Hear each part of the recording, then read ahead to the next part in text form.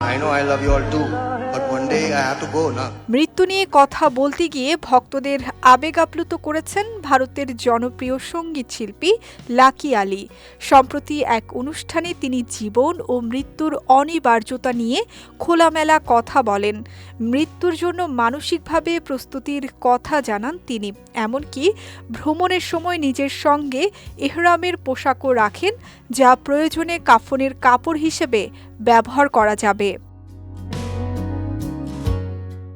১৬ August দুবাইয়ে একটি কনসার্টে গান গাওয়ার কথা রয়েছে লাকি আলীর। এর আগে তার এমন মন্তব্য নতুন করে আলোচনার জন্ম দিয়েছে। কয়েক প্রজন্মের শ্রোতার কাছে তার গান শৈশব, কৈশোর ও ব্যক্তিগত নানা স্মৃতির সঙ্গে জড়িয়ে আছে।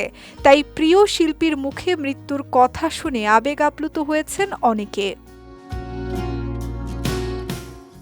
দর্শকদের সঙ্গে আলাপকালে লাকি আলী বলেন, তিনি কাউকে নিজের মৃত্যুর জন্য প্রস্তুত করছেন না, বরং নিজেই সেই অনিবার্য যাত্রার জন্য প্রস্তুত। তার কথায় একদিন সবাইকেই পৃথিবী ছেড়ে যেতে হবে এবং তিনি সেই বাস্তবতাকে মেনে নিয়েছেন। লাকি আলী জানান, আমি যখনই ভ্রমণ করি সঙ্গে আমার ইহরাম রাখি।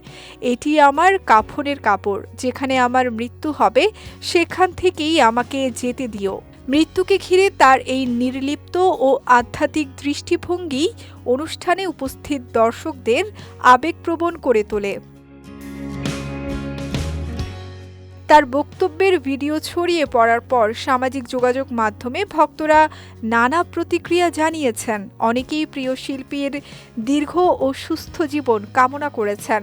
এক ভক্ত লিখেছেন, লাকি আলীর কণ্ঠ তার শৈশবের স্মৃতির সঙ্গে মিশে আছে, তাই শিল্পীর মুখে এমন কথা শুনে কষ্ট পেয়েছেন তিনি।